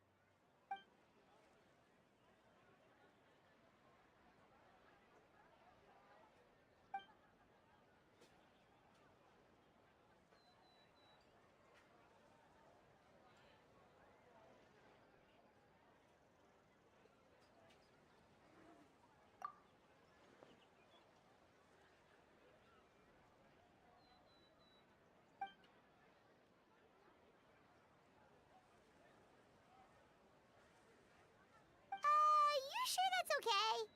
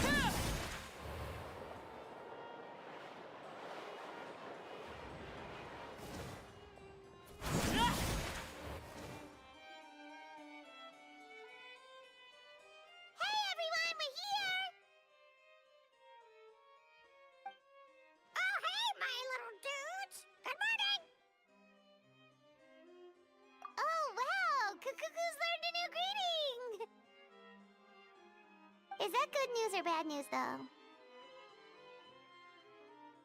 Sorry, I did everything within my power. But so far, I've only managed to teach him how to say good morning.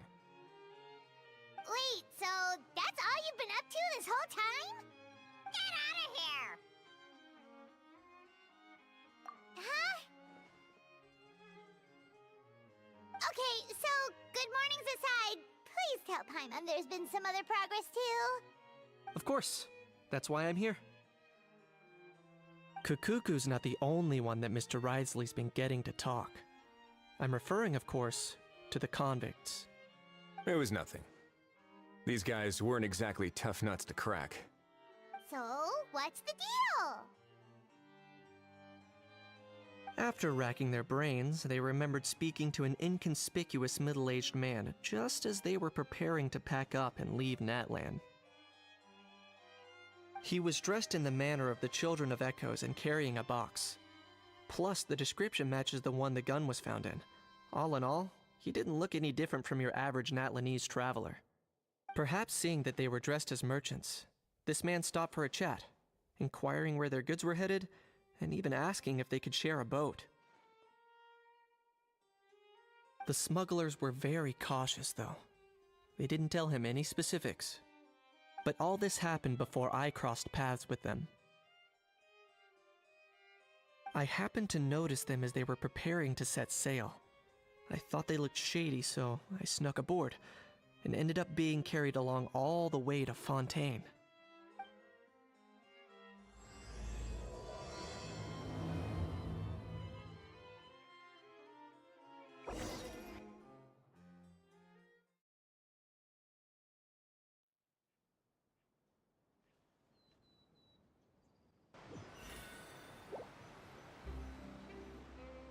Boss, do we know if those Fontanians will even like this stuff? What if we can't shift it? And that's why we call you a rookie. It's all supply and demand, kid. Supply and demand. Natland's foreign trade is just starting to lift off. There'll be a market for it, you'll see. That's right. So stop giving the boss trouble, rookie. Just do your job and keep an eye on the goods. Are they merchants?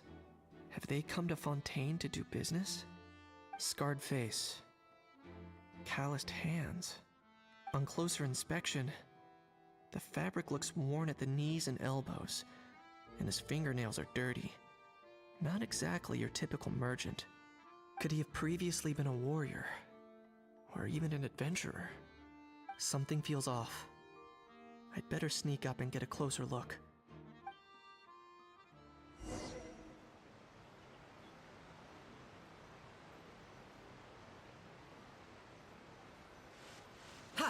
Nice thinking, boss. This tourist tub's been fast-going and smooth sailing. Plus, no one's been asking us what we're up to. That goes without saying. Big cargo ship would have been too slow, whereas the smaller ones would have been faster but way too bumpy.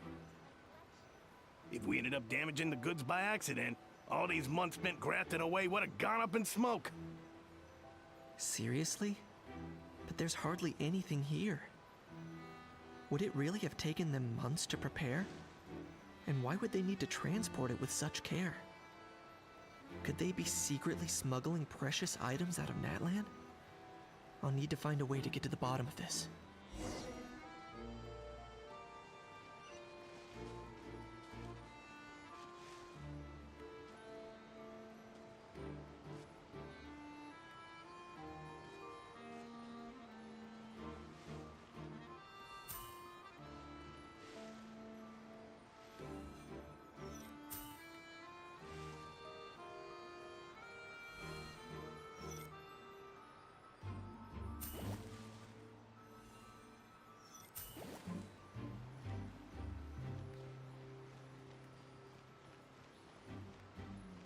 Let's go hear what these criminals have to say for themselves.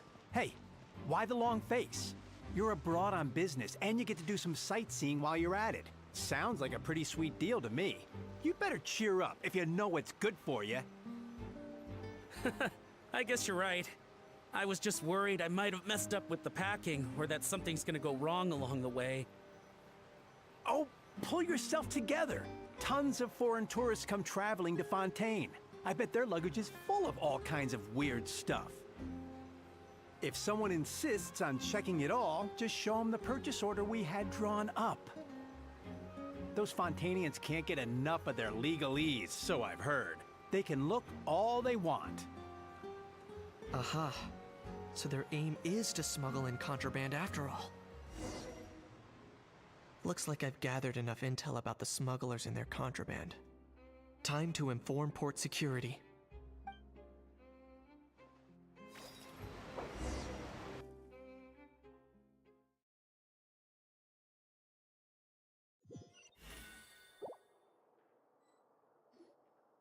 So anyway, that was when I went and told the Fontanian guards about my suspicions. After an investigation and a chase, they finally apprehended them and sent them on their way. Well, guess they're headed exactly where they should be.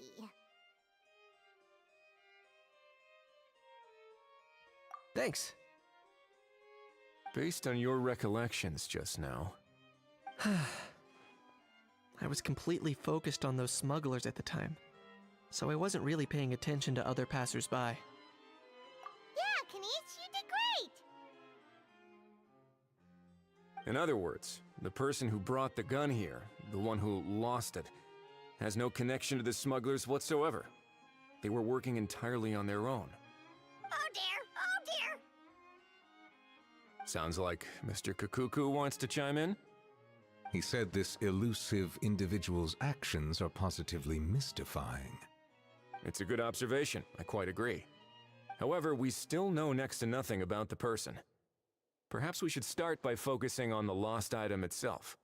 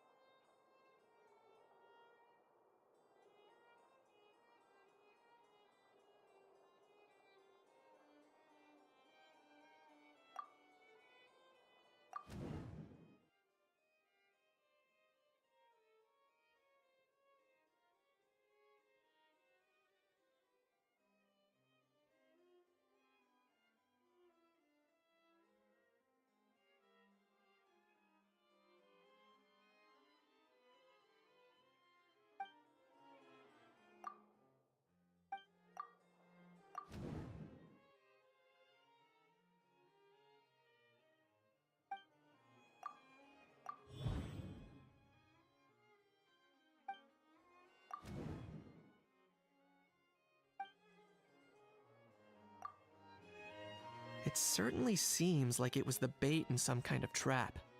The only question is, why wasn't the bait made more conspicuous? Has something sprung to mind? I just remembered a film I watched this one time. Huh? Oh wow, no way, bro! Hold on, let me explain. Just now, the traveler speculated that this box might have been placed there on purpose, as if the intention was for someone to come pick it up. That got me thinking about those films about kidnapping cases.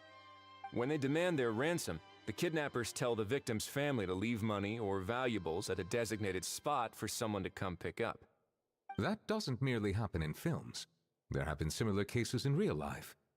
In fact, if anything, it's probably the real-life events that inspired the films.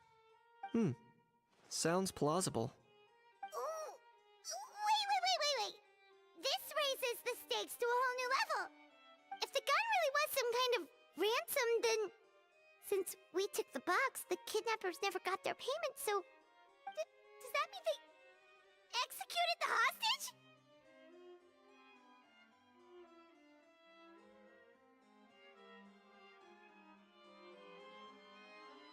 I agree. I don't believe we have a kidnapping on our hands. Selling off stolen goods is extra work that most kidnappers would want to avoid. Unless they're after something very specific, they tend to just ask for cash. Could we be dealing with a kidnapper who's dead set on getting their hands on an ancient dragon handgun? It's not impossible, but the likelihood is very slim. We can discount that possibility for now. And speaking of selling stolen goods, don't you think this looks more like a transaction?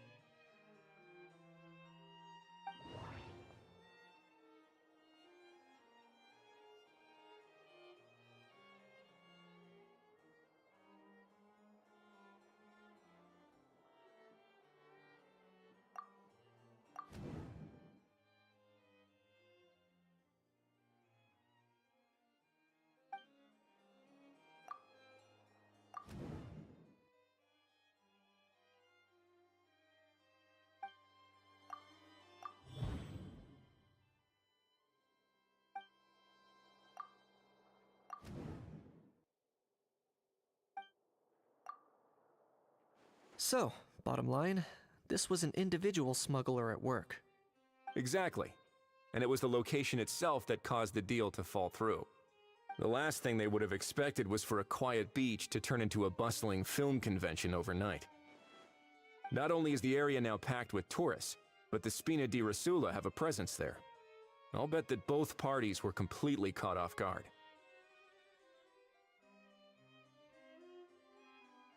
That sounds like a plausible theory, but how do we verify it? Looks like your people better start rolling up their sleeves. How so? Easy. Just follow the usual procedure by putting up a lost and found notice. The more routine we make it seem, the more likely the suspect will come forward to claim it. Even if they send a proxy, we're liable to get our hands on new leads. And timing-wise, it's about time we updated the bulletin board anyway.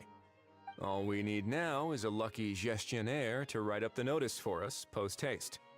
Ah, so that's what you meant by rolling up their sleeves.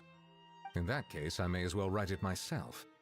Delegating this to someone else would require an additional explanation. Huh. Or are you just not used to asking others to work overtime? Is that really a major concern here? Well, looks like I won't be needed around here. At least until the notice has been posted. You could always wait here if you like. The Palais Mermonia serves a particularly fine cup of tea if that swings it for you. Thanks, but no thanks. I left a very noisy creature with a friend before heading out, so I should probably get back to feed it. Ah, I wasn't aware that you had a pet, Mr. Kanich. Speaking of pets... Get out of here! Out of here! Yep, that's the plan. Out of here indeed.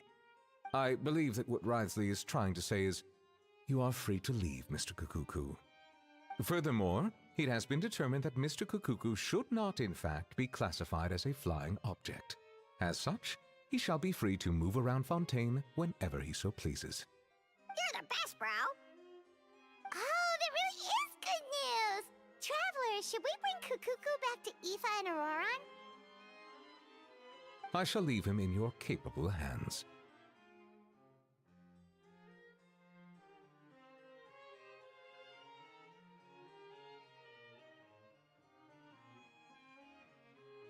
Indeed.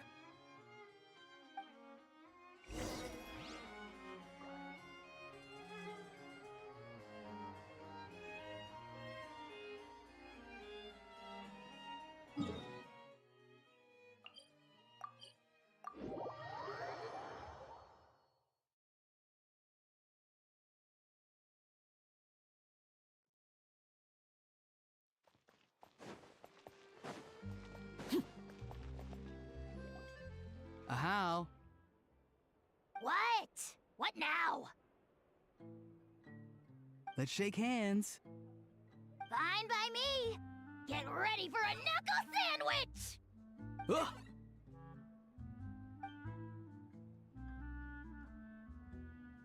Oh, nice dodge.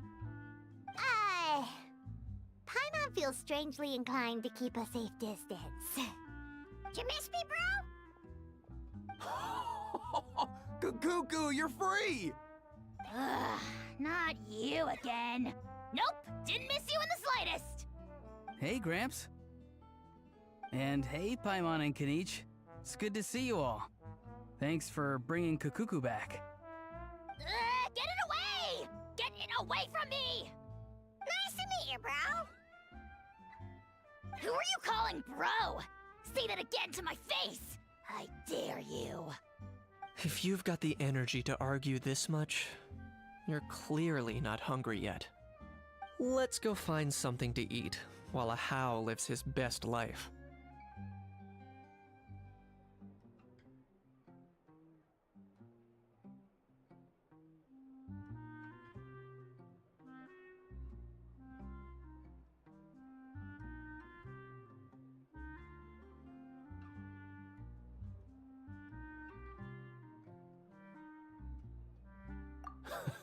Poor Hal. He spent all day being tormented by Auroran, only to discover that the suffering's just begun. Aoife, as a Saurian vet, how can you just sit back and watch our little dragon bro suffer? Huh? How am I the bad guy? Even hear yourself? Ah! Doesn't anyone want to hear how Kukuku got out of jail?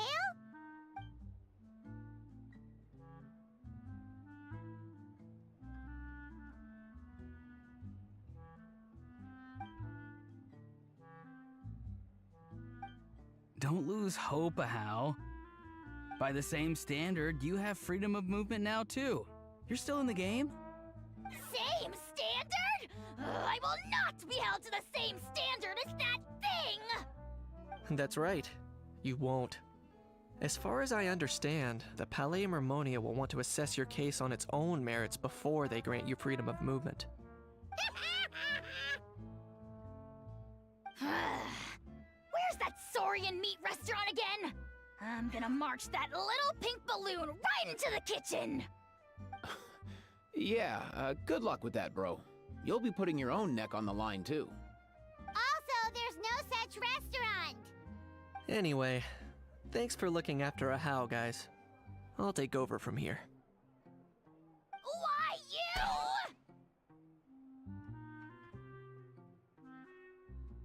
Between the two, Kukuku wins the cuteness competition hands down. Ah, really? Thanks! Wait, who are the other contestants, though?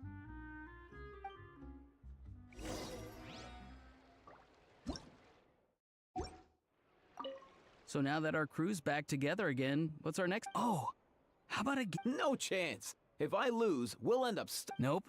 This time... For real now? Come on, bro! Can we just ditch this whole leaving it all to... aren't we? Don't know why you're laughing. You're stuck with...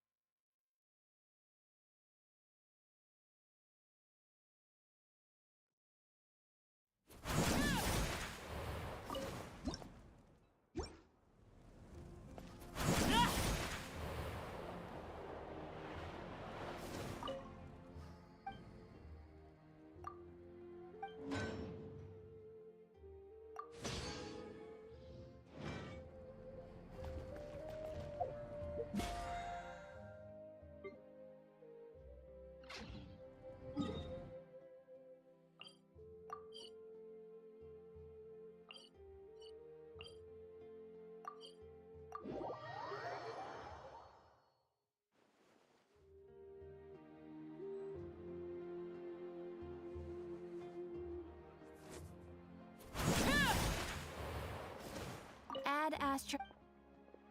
Thank you for complete. Add Astra.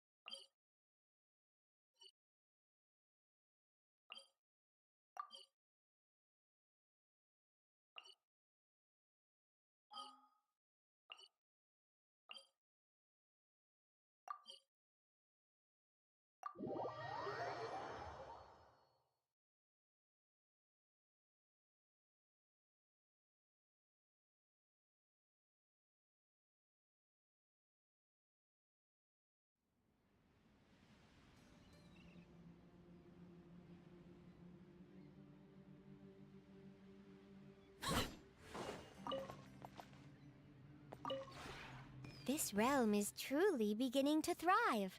I cannot help but be stirred.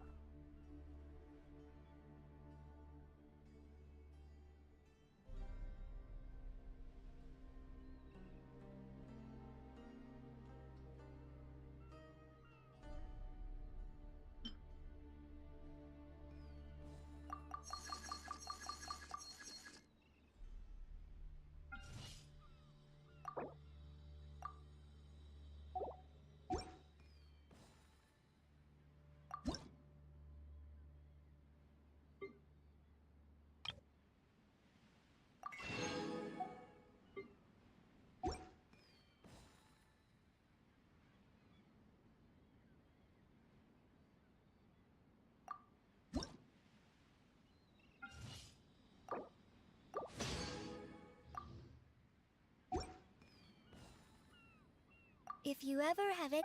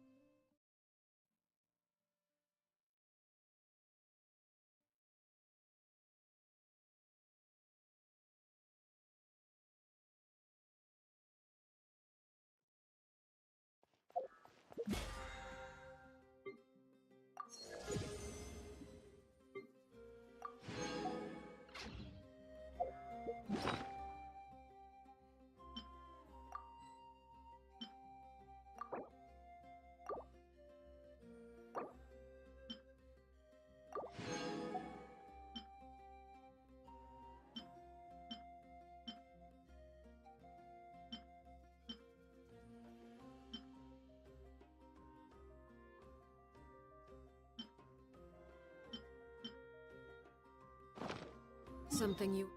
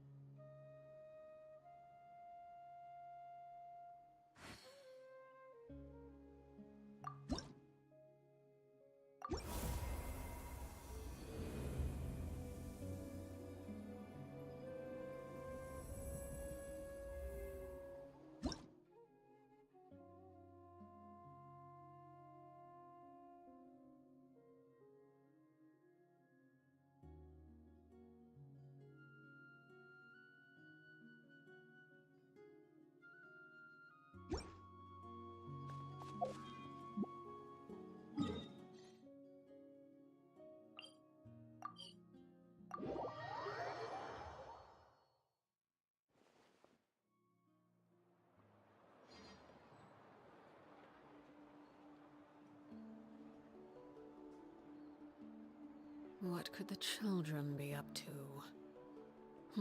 Never mind. Let them do as they please.